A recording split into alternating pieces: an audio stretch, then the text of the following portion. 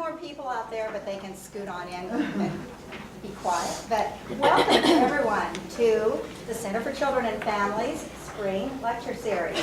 This is our 5th series, our 5th year, and I'm excited to see so many of you join us here for the very first lecture of the spring. I think it's only in Texas that we call winter spring.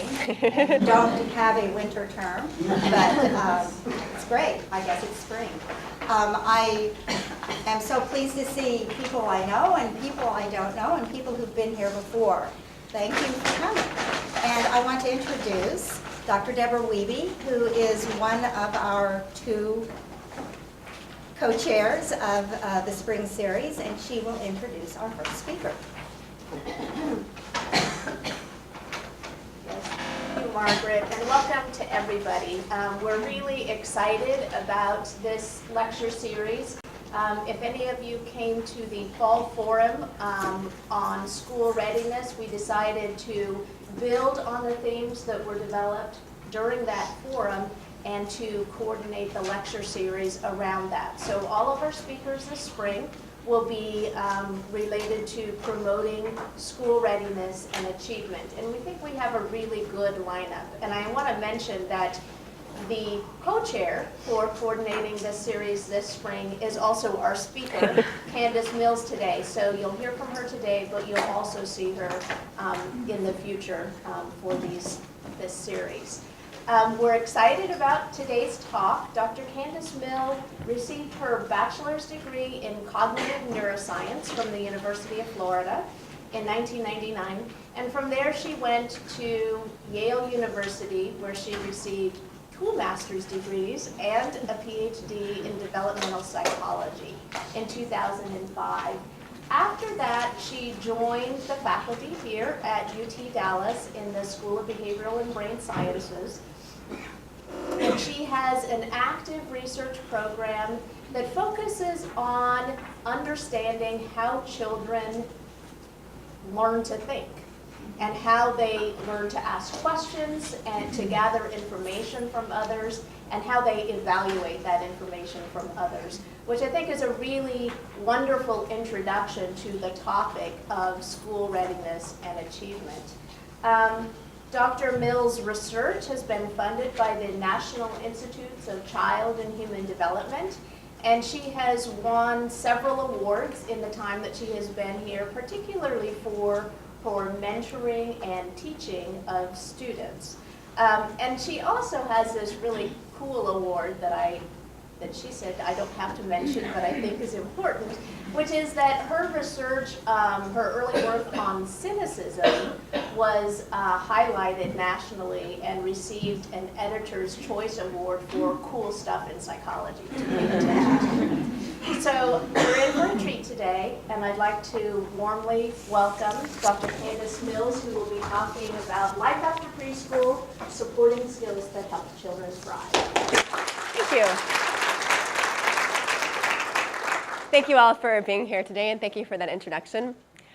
When I thought about this topic, talking about school readiness, what we can do to help kids do well, I come at this from 2 perspectives. So one is the perspective of a researcher who studies cognitive development. I'm interested in how kids think and what we can do to make life better for kids. But I also come at this from the perspective of a parent now. My son is 18 months old, and it's made these questions of how we can make life better for kids even more salient, even more powerful. And as I began to think more about kids and what it takes for kids to be ready for school, I started to think more about what kinds of things come to mind when we think about school readiness. When we think about what do kids need to know before they get to kindergarten? What do they need to have to be ready? And one of the first things that came to mind is, they need to know stuff. So they need to know their letters, they need to know their shapes, and maybe how to count. Maybe we need to get them to know a lot of information to help them be prepared for the world to come. And I find this in talking to people that this is a common feeling that people have, that we need to make sure our kindergartners know lots of stuff to help them be ready for what's to come. And as I looked more into the research on this topic and more into what people believe is important for being ready for school, I started to see some common misconceptions that people had. And I wanted to talk about those for a few minutes before I turn to what we think does matter for helping kids get ready for school and to help them achieve. So one common misconception about what is important for children to succeed relates to this issue of helping them to know lots of stuff. So it's best for my kids, my preschoolers, to know as much as possible. Also thought of as, my child is smart because she knows all of these facts. I had a friend who was trying to get her toddler to learn all the names of the presidents because she thought it would be really cool if we knew all the names of the presidents.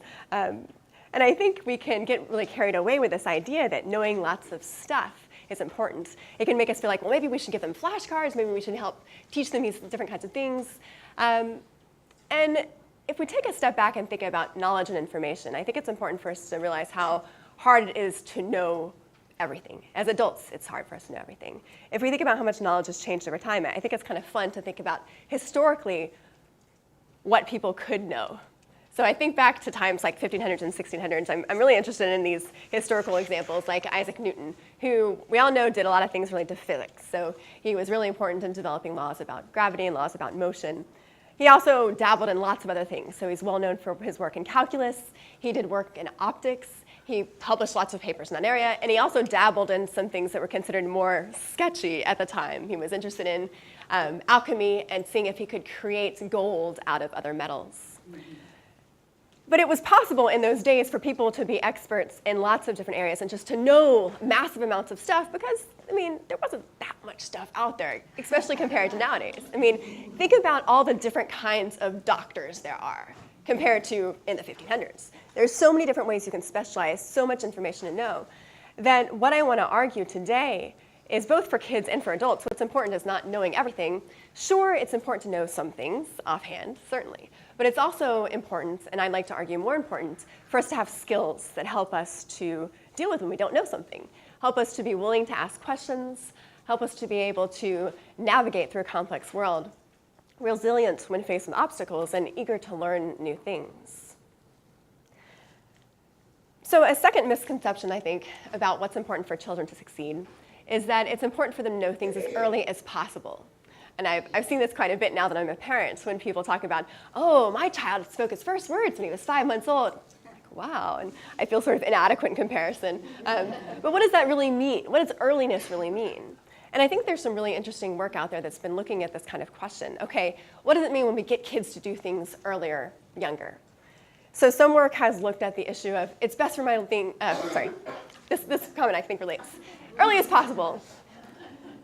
Is that really what we want to be aiming for here? I mean, there's a lot of things out there that are encouraging really early development. Like you can teach your kid, your baby, make them a genius. You can inspire logical thinking in your 5-month-old. I'm sorry, but my 5-month-old was not so logical at that point in time. How much does this matter? So there have been research studies that have been looked at helping kids acquire things earlier and how useful is that, how beneficial, how much does it work? Some of these projects have looked at encouraging language development in really young infants. And so I find some really interesting stuff looking at DVDs like Baby Wordsmith and Baby Einstein, finding that these programs that are targeted to increase the language skills in young kids don't actually end up working. In fact, there's some evidence to suggest that the more kids are watching these DVDs, the worse off they are in terms of their language skills. Part of it seems to be, as people have looked into this further, that the DVDs are used as substitutes for social interaction, and that the social interaction, the interaction with the parents and caregivers, seems to be much more important and much more valuable for their learning. They're not getting that much out of the DVDs. There's also this perspective, so thinking about whether earlier is better, that some immaturity may be beneficial. So David Bjorklund has this idea, this cognitive immaturity hypothesis, that in some cases, things that we see of as being immature may actually be adaptive for learning. One example of this is this finding from preschoolers, where if you ask preschoolers, let's say you ask them, how good are you in building towers? Oh, I'm the best tower builder in the world. I can build 3,000 towers at once. And they just seem to be crazy overestimating how well they would do at something like that. You ask them how they learned something, and they'll say, oh, I've known it forever. There's this tendency that they seem to have to say that they know a lot and that they've known it forever and that they're really skilled. And people have looked at this in a little bit more detail and have seen some evidence that this attitude may actually be beneficial for young children. This this sort of over-eagerness and over-enthusiasm may help them to keep on persisting when they're really little in the face of obstacles. Now, if we have a 25-year-old that thinks that they're going to do all these things, it's a little bit more problematic. But some of this immaturity may be beneficial in some cases. And so there's some times where we may be trying to push kids to do something earlier where it may not be useful for them to do that. A third thing I think we should keep in mind about earlier not being necessarily better is that just because something is seen earlier doesn't necessarily make it predictive of anything long term. Remember Doogie Howser? So seeing Doogie Howser, like, oh, Doogie Howser went to med school at 16. Maybe we should all try to go to med school at 16. But doesn't necessarily mean he's going to be happier in the long run or be more successful as a doctor just because he started it earlier on. There's people that have looked at things like language development, their first words that are spoken, and if the age that the first word is spoken is predictive of things later on. And meh. I mean, there's some things later on in their toddler years as they're developing more words that seem like they're related to aspects of learning, but it doesn't mean that earlier is necessarily better. So I think it's important for us to be thinking about that when we're trying to help our kids succeed, is that we shouldn't necessarily be thinking about just do things faster, sooner. A third thing that I think we can sometimes feel, and we may not even be willing to admit this out loud, is that we may sometimes feel like kids need stuff to succeed. We need to buy them lots of toys. We go to the toy store, we think, oh, this looks cool, they like that. And a lot of that is just out of the pure innocence of loving our kids and liking to watch them play. But we have to put it into perspective that even if we don't have a lot of money, it doesn't mean anything about our kid in the long run in terms of what they're getting out of their experiences. Money does matter, don't get me wrong. Money does seem to be important in some things. There's plenty of evidence that children who are in poverty, who are in families that don't have much money, have more difficulty in school and beyond. So, for instance, in one research study, they found that children who are poor, in poor families, about 48% of them were ready for school by age 5 in a kindergarten readiness scale, where 59% who were near poor were ready, and then 75% who were of moderate, basically middle to upper income, were ready. There's a lot of other studies that have supported this finding that poverty is a problem and that there are significant issues with children getting ready for school, but it's a very complicated kind of equation. It's not just about the amount of dollars that they have. It's more about the kinds of experiences they're getting, the stress in the home, the relationships, and those kinds of things, as opposed to the amount of toys and stuff that they're getting. When we step back a little bit further and look at people who aren't in poverty, and I should say that one of the talks later in this series is going to be talking about this particular issue in more detail. But if we're looking outside of poverty, it's not all about the Benjamins. It's not all about the money. When we look at kids and we look at what makes them successful, it's not about how many toys they have or how many programs they're involved with. We can give them experiences and give them challenges that aren't about how much money we're spending on them. What I want to focus on in moving forward then is, okay, we know things that it's not about. What is it about? What can we do to help children succeed? And I'd like to say that there's some sort of blueprint for this, because I like blueprints, I like organized lists, I like things, okay, I do these things and everything will be fine and dandy. There isn't. But that said, there is quite a bit of research that's trying to look at what kinds of things help kids to do well in the long term, what helps them to do not only be ready for school, but to succeed and thrive in school. And much of what I'm going to be talking about today boils down really to two related things. One is helping them play, letting them play, and seeing how much play can do for them. And the other is related to being a supportive caregiver and different ways that you can be a supportive caregiver. And so much of what is helpful relates to those sort of issues. So what I want to do for the remainder of this talk is point out this quote and then give you an outline. So I like this way of thinking about kids. It's one perspective. We can best help children learn, not by deciding what we think they should learn and thinking of ingenious ways to teach it to them, but by making the world, as far as we can, accessible to them, paying serious attention to what they do, answering their questions if they have any, and helping them explore the things they're most interested in. What that seems to be getting at to me is this idea that we're supporting our kids and we're letting them learn and explore. So much gets down to that. In fact, in some ways I could just stop there and end, but I feel like it's useful to walk through some more specific examples of things that can be helpful for us to keep in mind when helping our children to gain skills that are important for them in the long run. So what I want to do for the remainder of the talk is talk about some general recommendations for helping children to prepare for school. And then I want to go over some specific things that caregivers can do to help their children be prepared for school, related to bolstering their language and general knowledge, strengthening self-control skills, and encouraging positive approaches to learning. So related to this issue of reviewing the general recommendations for helping a child prepare to school, I think it's worthwhile to know that a lot of governmental agencies have lists of checklists of things that you can look over to see how your kids are doing in preparing to school. And it's actually kind of overwhelming, I think, to look at to some extent, because some of the lists are extremely long and you're like, oh, I need to check all of these off. But here's one of them. This is from the US Department of Education. And there's a link to that particular website, as well as a few other resources at the bottom of the handout that was available to you outside the room.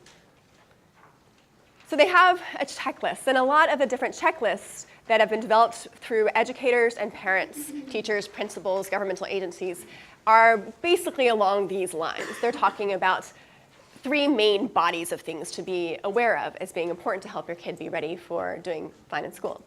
Good health and physical well-being, social and emotional preparation, and language and general knowledge. Now, one thing I just want to start off pointing off is this part. The top of the list says, these should be accomplished as much as possible through everyday routines or by enjoyable activities that you've planned with your child.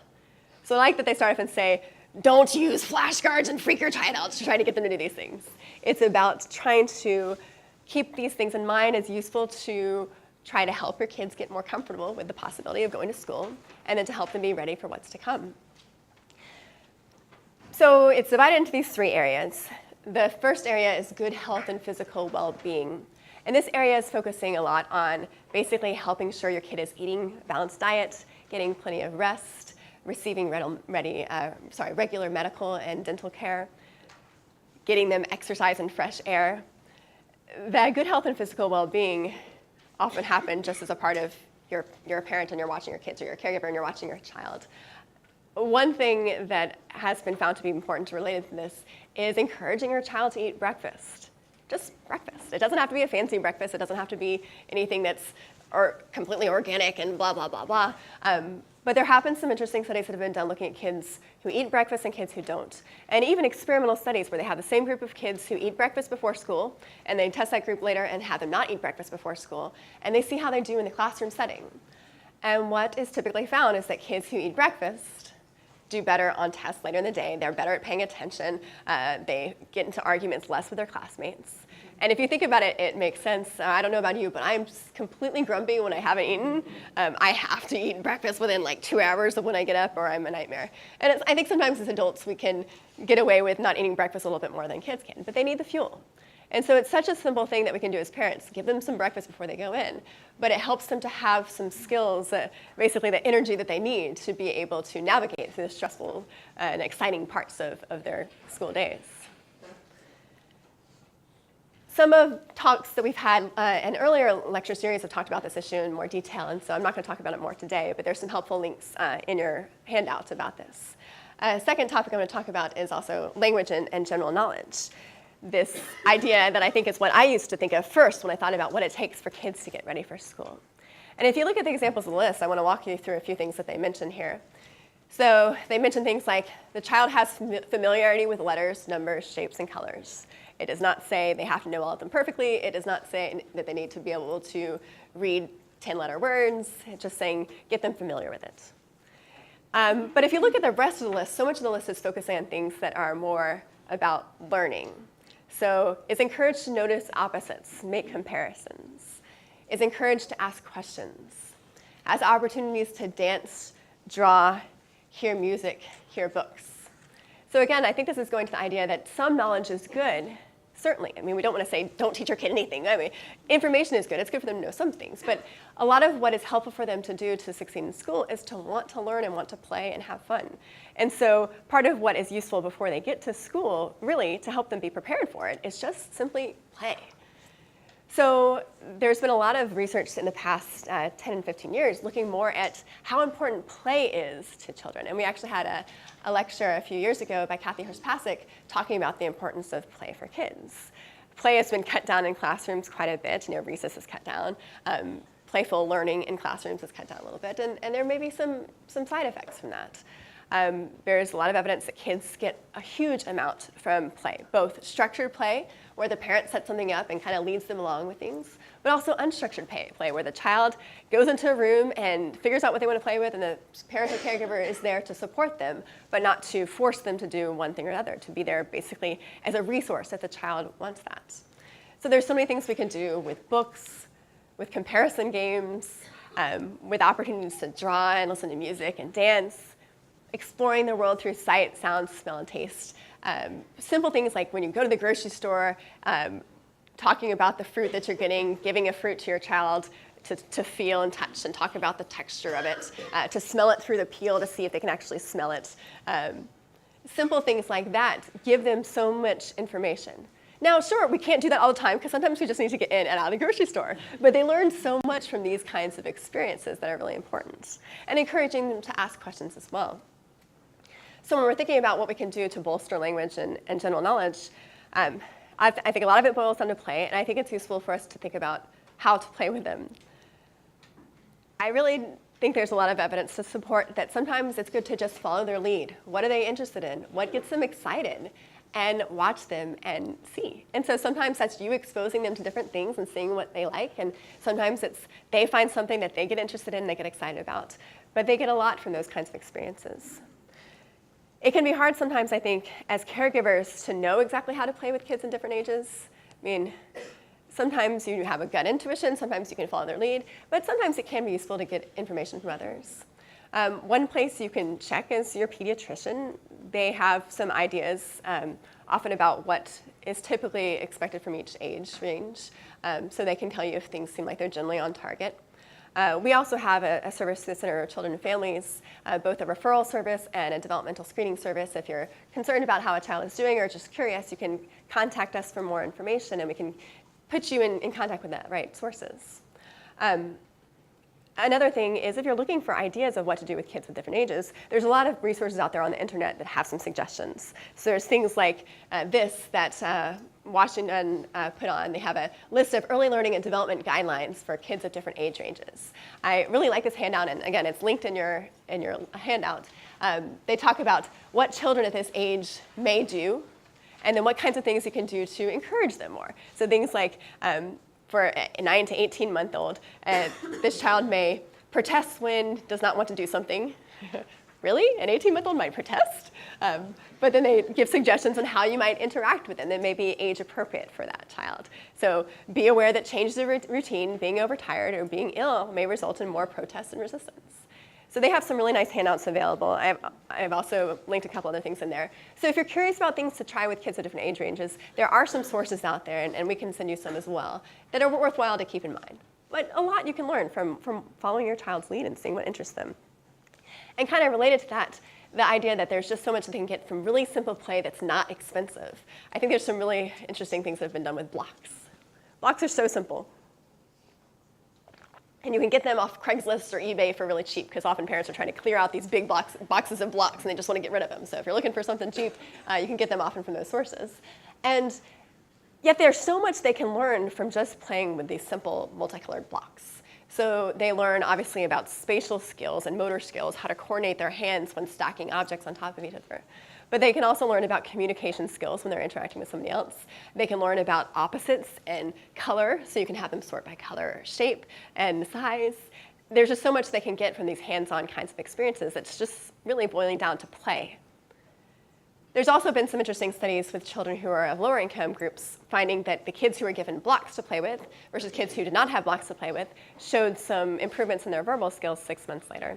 Now, these were kids of lower income groups, and so I'm not saying that if you give your kid blocks, more blocks, then their IQ will shoot up. But it's a suggestion that playing with blocks is a valuable thing that really gets them thinking and talking to somebody else.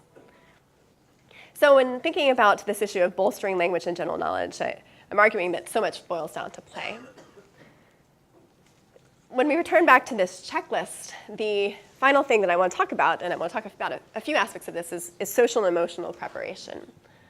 When I first thought about school readiness, I will admit, I thought mostly about the cognitive part. I thought about learning stuff, knowing information.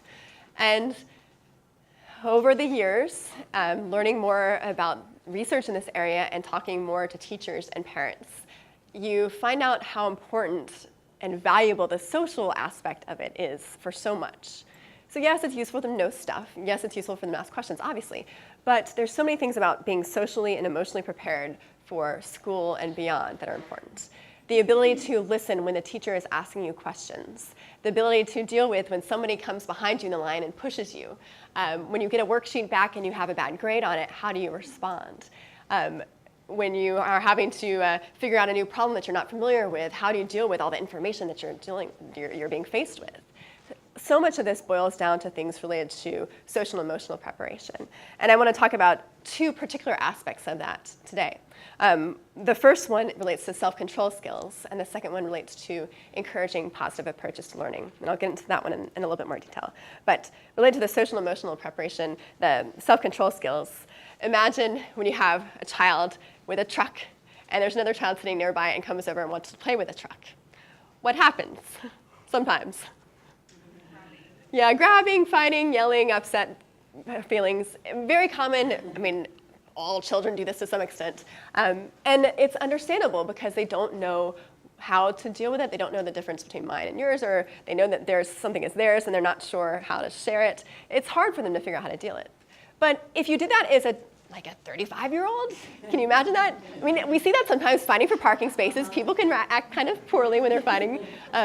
But it's useful to be able to take a step back, take a deep breath, monitor your feelings, monitor your emotions, and respond in appropriate ways.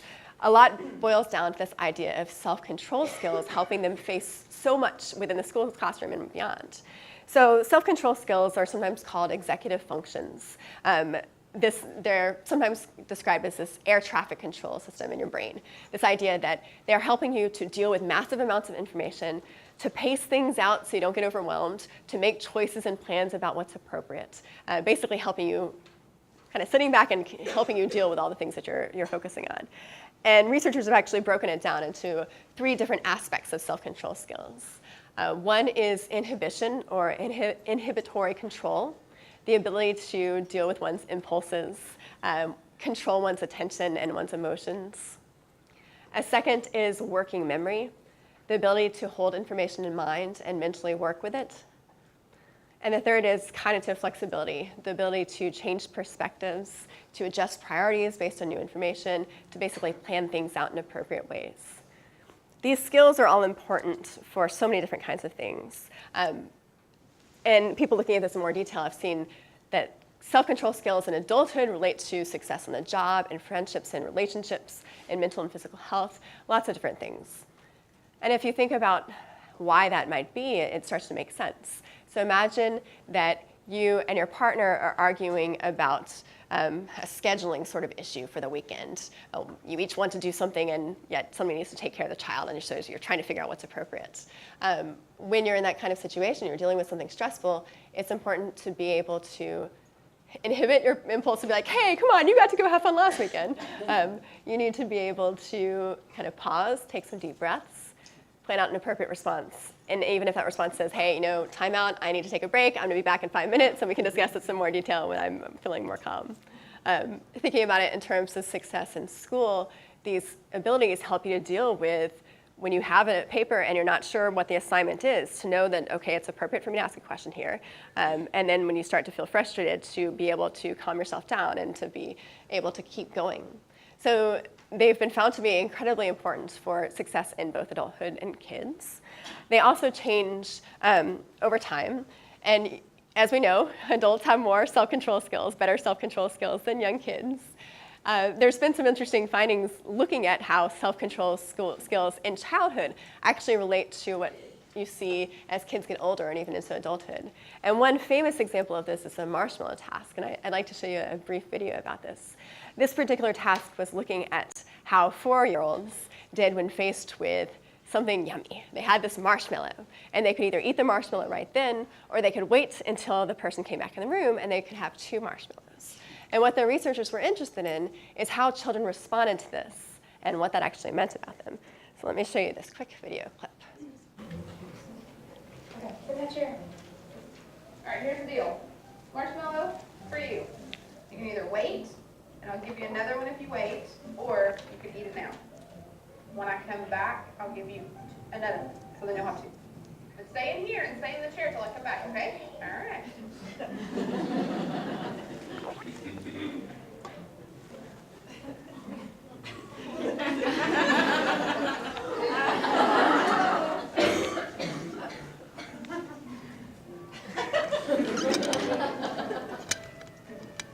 I'm gonna go do something, and then I'll come back.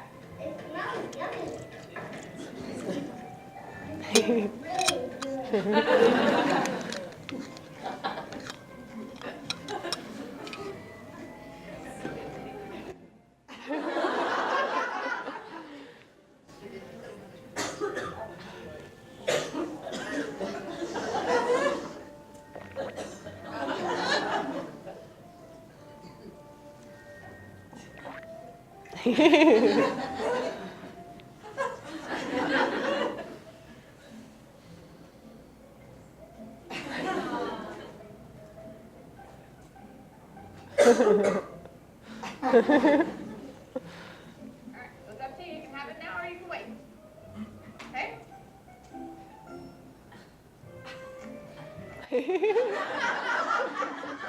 Here, okay?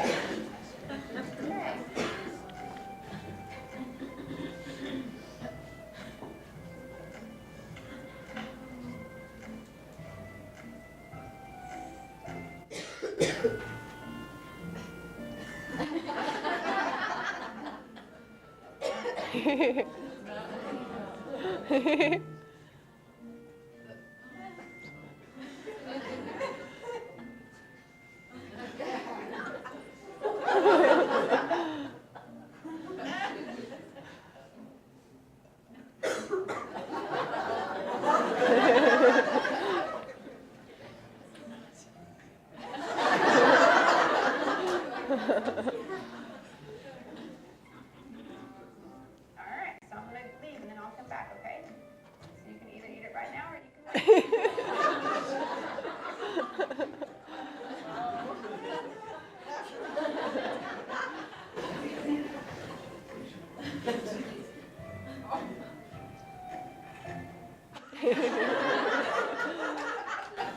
You good?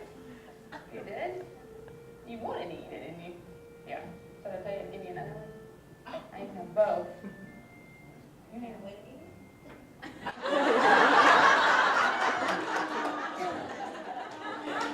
I love that. I love it. It's so awesome to see how they respond to that.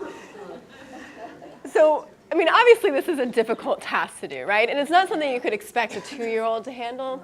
So we have to be keeping it somewhat in perspective. But there's a few things to know about this kind of task. So Walter and Michelle did this task starting in 60s and 70s, and then followed up on these kids later down the road. And some other people have followed up on some similar kinds of studies to see, okay, what are these kids like as 4-year-olds, and how does that relate to other things later in life? And he found the kids that were better at delaying gratification, so the ones who could wait longer and showed those sort of distracting skills like tapping or going like this or those kinds of things. I mean, he saw some really fascinating things that they would do to delay their gratification, like sing to themselves, just turn around away from it, and then occasionally peep to make sure it was still there. The kids who could delay their gratification for longer end up being better at dealing with others socially, better at paying attention, better at coping in stress, and they actually found a significant relationship between their self-control skills at age 4 and their SAT scores at age 17. We always have to put those kinds of findings in perspective. We don't know exactly what's causing that. So we don't know if there's other aspects of their life that are helping them to have good self-control skills, and that's helping them to do better on their SAT scores. But what some of the theories have been and what some evidence is supporting is that these self-control skills are really crucial for life, right? I mean, as adults, we know that it's valuable for us to be able to inhibit our impulses. We see that yummy dessert, and we want to eat the dessert now, but we realize if we eat the whole dessert now, we won't eat any of this other food, and so we decide to pace ourselves, and so we can have room for both dessert and the food. For dealing with job things, it's just really important to be able to inhibit one's impulses, to be able to keep track of multiple pieces of information and make choices about how to best move forward. And that these things help you to succeed, help you in dealing with stress, helping you to perform better in school, helping you to perform better on the job, helping you to be better in relationships. So that's cool and that's important. There's a couple other things related to that to keep in mind. One is that these skills change naturally as a part of developing. So part of it seems like it's related to frontal lobe development. As kids get older, their frontal lobe is developing a little bit more, and so it seems to help with some of these skills. So you see naturally that the skills are going up over time, and then maybe they go down a little bit as we get older. But yeah, they go up, especially during that first 15, 20, even into your early 20s, they're still continuing to go up. So that's important to be keeping in mind, that they do go up naturally. There's also different trajectories, it seems. So sometimes people start off here and they go up drastically, and maybe they start off a little bit lower and then go up at the same pace, and maybe they start off the same way and then end up kind of heading off in different ways. So there are different kinds of trajectories, which is useful to keep in mind. One thing to keep in mind about it is that we can't expect 18-month-olds to be able to sit there and do that kind of task. We have to have reasonable expectations to some extent. But I think it is important to say that although there do seem to be some individual patterns that may be somewhat genetic and somewhat related to sort of just how default based on your family setting, there's also a lot of evidence that these skills can be improved through activities. I'm talking about setting reasonable expectations from it, not expecting to put that cake in front of the child and have them not eat it. But to be aware that there's things that you can do to help kids, and even yourself, develop better self-control skills. So one thing that we can do is model those skills ourselves. And a lot can be said for modeling for a lot of different things. So when you are dealing with a frustrating situation, demonstrating good cooling strategies. So counting to 10, taking someone else's perspective, and even talking to your child as they get older about what you're doing, how that's helping you out. I've been amazed at how much my 18-month-old already imitates things. I mean, he's copying the things that we do. When we sometimes will be we have a dog named Scout, and we'll be like, Scout, sit. And so now Leander will go, Scout, sit. So just imitating the way that we are talking. He'll do it in a really deep voice that doesn't sound like it should be coming from an 18-month-old. So we can demonstrate these good cooling strategies ourselves, which really help children to see what an appropriate behavior would be in different kinds of situations. We can also talk to them about long-term and short-term consequences. Obviously, you can only do so much with a 2-year-old talking about these sorts of things, but as they start to get exposed to it, it can encourage them to think more about just today and think more about long-term kinds of things. Another thing that we can do is foster healthy relationships. So by being a supportive caregiver, by trying to have other supportive caregivers in our children's lives, it can help them to see how to be better in control. So you support children's efforts at making friends. You provide them with a reliable presence that they can trust. You guide them from complete dependence on adults, which they have when they're really little, and to gradual independence, being aware that sometimes they're going to need you more than others. I really like the attachment perspective view of secure base, that as a caregiver, you're a secure base for them to come back to. And at the beginning, they need to cling to you a lot. And then as they grow older, they may go out and explore a little bit more and then come back for recharging and then go explore a little bit more. But they have that secure base to come back to. The idea is that helps them to be willing to take on new challenges. It helps them to pace out themselves a little bit more. And then protecting them from chaos, adversity, toxic stress, basically. There's evidence for kids that are in situations of toxic stress that they have more difficulty focusing on the future. They're basically trying to focus on getting through today. And so if they're in that mindset where they're trying to just get through today, it can be a lot harder to develop these skills to pace things out, to inhibit impulses, because they just have to live through the next few hours. And so anything we can do to help protect them from those things is useful. Another thing that we could do is provide kids with activities that promote emotional, social, cognitive, and physical development. So basically, again, coming back to the idea of play. And I should say that the Developing Child Harvard EDU website has a number of different activities based on this or talking about this and moving forward. They talk about the importance of open-ended creative play. So again, letting them have that unstructured play where they get to pace things out themselves, start to plan, things like that. Vigorous exercise turns out to be really important. And me, as a non-athlete, non-coordinated person, it's like, oh, vigorous physical exercise, really? But then it is so important. It's helpful not only for them in terms of building stronger bodies, but also in terms of focus. They get those times where they get to burst out their energy and really have these extremely exciting, energetic times that can help them to focus more on other times. increasing the complexity of things that they're experiencing so they're being challenged but not frustrated. And so that's something where you can watch your child and see how they're doing, and if they seem like they're getting kind of bored with something or it seems like something's easy for them, you can challenge them a little bit, like, okay, well, why don't we try to stack these blocks, all the red blocks over here and all the blue blocks over here? Or why don't we try to move these with a smaller spoon as opposed to a bigger spoon? So you can give them opportunities to challenge themselves just a little bit more, which helps them, again, to develop some of these skills. And then giving them opportunities to play and practice these skills over time can be super useful. So self-control skills are clearly important, but I'd like to argue that there's something else that's also really important that relates to social and emotional preparedness, and that relates to encouraging positive approaches to learning, which this child does not seem to be feeling at the moment. If you think about what school is, I mean, there's a lot of learning that goes on, and there's a lot of information, there's a lot of relationship building. I mean, school is a complicated thing. But in a school setting and in a life setting, it's really useful to be willing to give things a shot, to be willing to try something new, and if you fail, to be willing to keep on going, because you're going to fail. If you try anything at all, you're going to fail occasionally. You're going to hit some obstacles. It's not going to be smooth sailing all the time. This idea, how we face these kinds of obstacles, is really important. And Carol Dweck has done some research related to this topic, related to our mindset towards learning, towards new experiences, seeing a difference between kids and adults with growth mindsets versus fixed mindsets. So basically, how they think about learning relates to how well they deal with frustrations and stressors. And I'll give you an example of something that was just done in a what experiment kind of setting.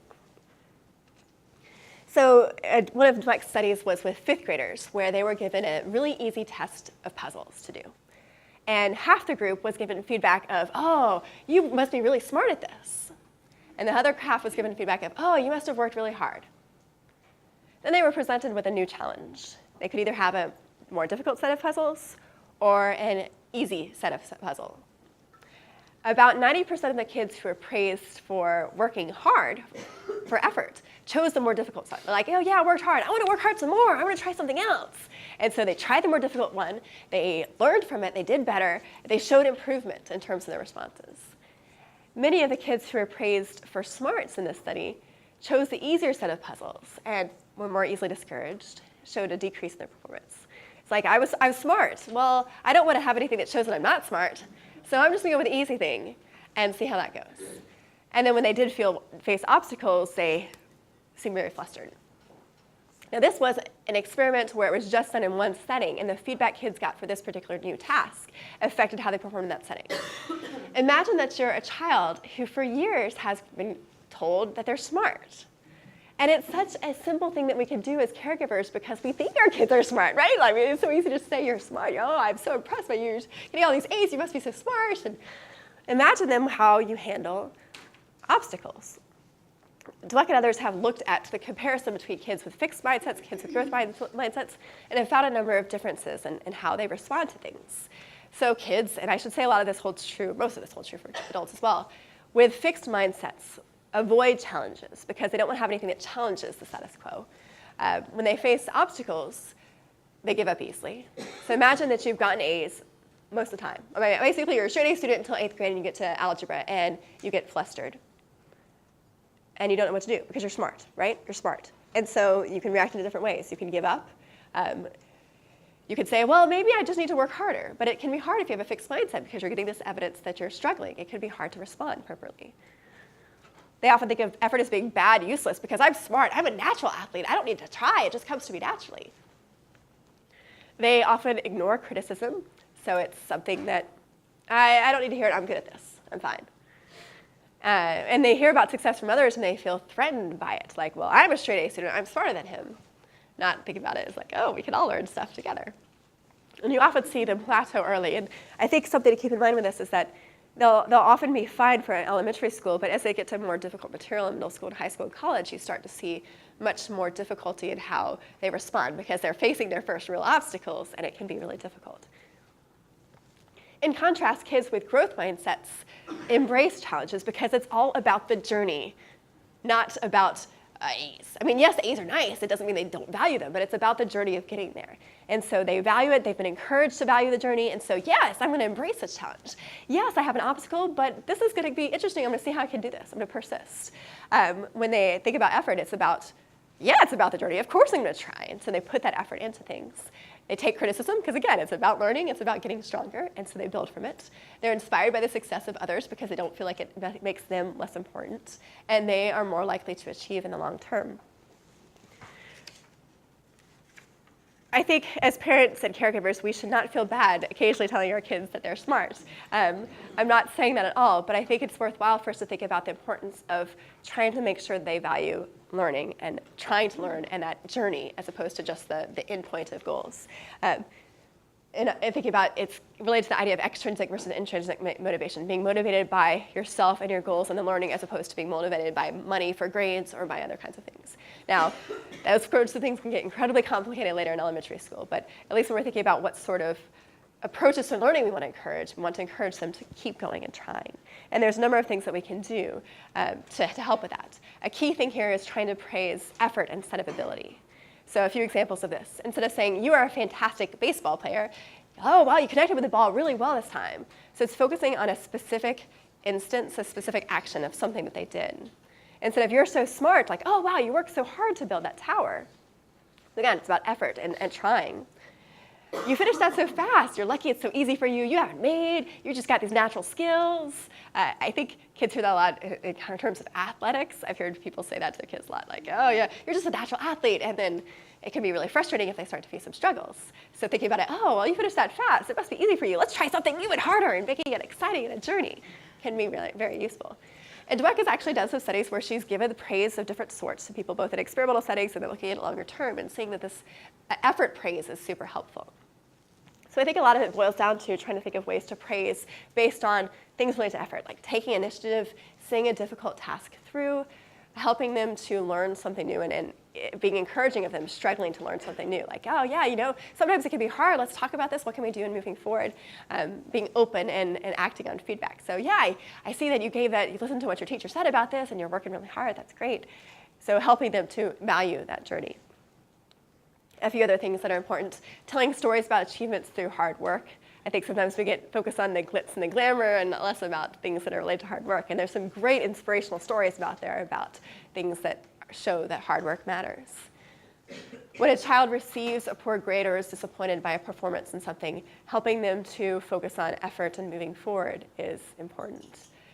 It gets them out of despair, and it's okay for them to despair a bit, but it helps them to focus more on next steps, that journey, instead of focusing on, I'm not smart, I must be horrible at this, I'm never going to do well in school. It's all about moving forward.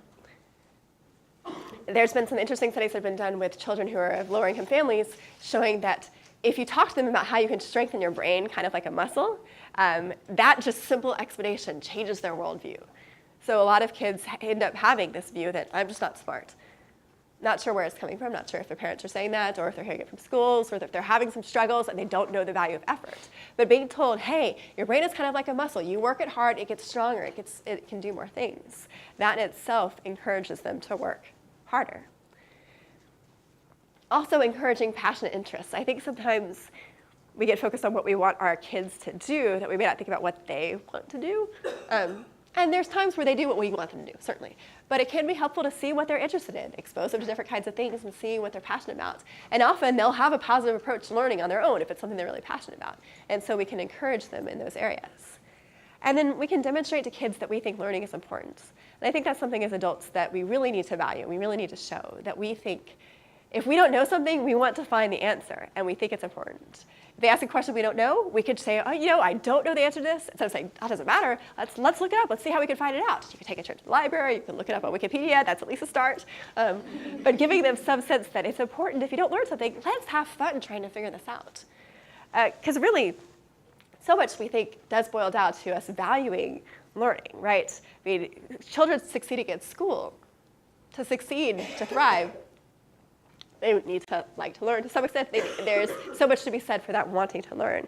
It's so much more than just thinking about how much they know, how fast they can learn it, how much money we have to give them stuff. It's much more about helping them to be ready for the world and beyond.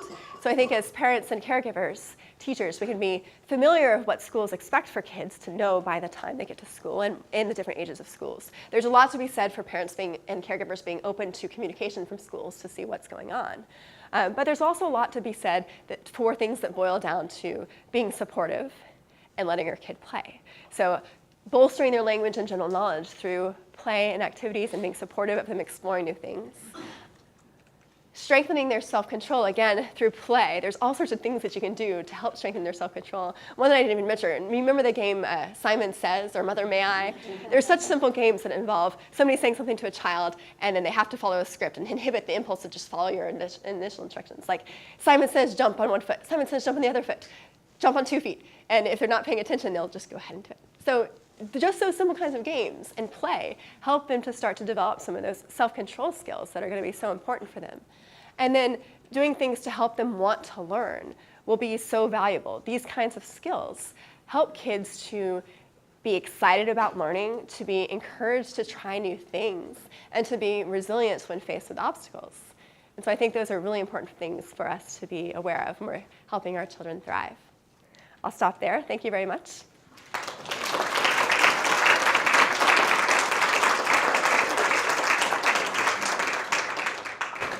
Thank you so much. It was really interesting and informative, and we have time for questions. So I'm just going to go ahead and open it up now. I'm sure there are lots of them.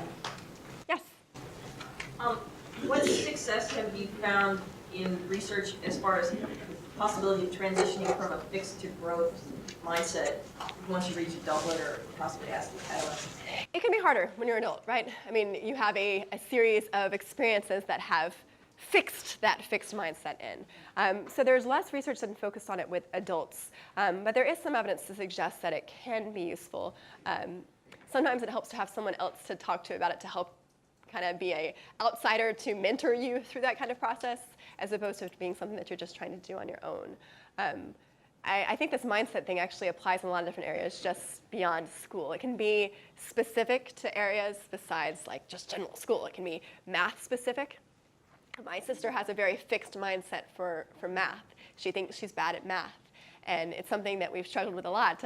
I've given her some of these examples. I'm like, Courtney, you can build your brain by doing these sorts of things, and it's helped a bit. But it can be hard to challenge those pre-existing mindsets, but it's worthwhile to try. Other questions? Yes? This may be a very similar question, but you were talking about the self-control skills and the emotion management skills, which I know that a lot of young adults with toddlers don't have. Yeah. And so what would you recommend? Because I think parents often can't really teach their kids more than what they already know themselves. Yeah. Besides therapy. I mean, that's what I always think of. Yeah. So that's a good idea. But there's also, so there are some things out there that have been developed to help parents be better caregivers. Dr. Owen actually has this great method, the READY method. We have links to it from the Center for Children and Families website that talks about how to be a responsive caregiver. And so for people who aren't familiar with certain aspects of watching your child and letting them explore and not being all in their face, it's a great video because it gives examples of parents, like the same parents, being responsive caregivers and being less responsive caregivers. And so you can see actual examples of how to do it. So there's things like that that are available that are things that don't involve getting full counseling, but they can give really good salient examples to help them to kind of influence and help them to figure out what to model from. Because you're right, it is hard to do something if you don't know what you're supposed to be doing. So I definitely recommend those. Any other questions or comments? Yes? In terms of caregiving and like you said, developing those skills, what effects do you believe exist on having a child at daycare as opposed to having them at home as far as their school readiness and their self-control language skills and things like that? It's an excellent question, and we'll get into it to some extent in some of the later talks. And Dr. Owen can actually probably speak to it in a little bit more detail. There's a lot to be said for supportive caregiving environments, whether it's daycare or care in the home. And so there's been some great research studies that have been done, some that Dr. Owen has been involved with, finding that if kids are in a supportive caregiving environment, and you can get those in daycares, you can get those in home cares, you can get those in cares for mom or dad or grandparents, that they end up getting a lot of great benefits from those. And then there's also a lot to be said for strong parenting. So even the case where the daycare setting is less than ideal, having supportive caregivers, parents who are sensitive to their children's needs and help them to battle the difficulties they're having are enormously helpful. I'm not sure if there's something you want to add, Dr. Owen. Well, I like what you said. The quality of that care experience matters a great deal. And one problem we have is that it is so variable, and we don't have good supports to pay good attention to have centers, have child care in general be providing what kids need. And we know that center care in general helps with the knowledge that they know. It does help. But if the quality of the center is poor, if there are too many kids and too few caregivers, behavior problems can rise. That doesn't support the development of self-control. Yes, you need knowledge, and yes, you need self-control. And I think paying attention to that is really critical. And also the demands of school are very different than the demands or the expectations of what a child should do in preschool are different from what they are when they move into kindergarten. And helping children make that transition is really important. There are greater demands for greater self-control, and the child doesn't know the change in environment and how it's going to be very different. I think that's where the interface of the parent being aware of the new demands on their child and reinforcing and talking about that is all very helpful.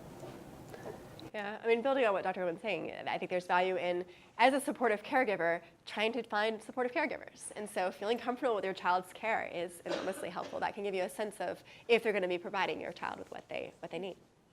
I think we're going to stop here, but I just want to let you know that Dr. Mills will be hanging around for a half an hour or so. We have a reception with refreshments out in the hall, so I encourage you to stay and continue to ask questions and continue the dialogue. A couple of announcements before we stop to do that. One, we have another lecture coming up in February 15th. It's soon. That's true. This is less than a month away, so we encourage you to check it out. You can get information on the whole lecture series outside. The other thing that I want to request that you do is complete an evaluation form, and we are very much interested in your thoughts and desires for future topics. We pay close attention to those as we try to put the series together. So please stay and join us to continue the discussion on Candice's talk, and thank you very much. Thank you. Thank you.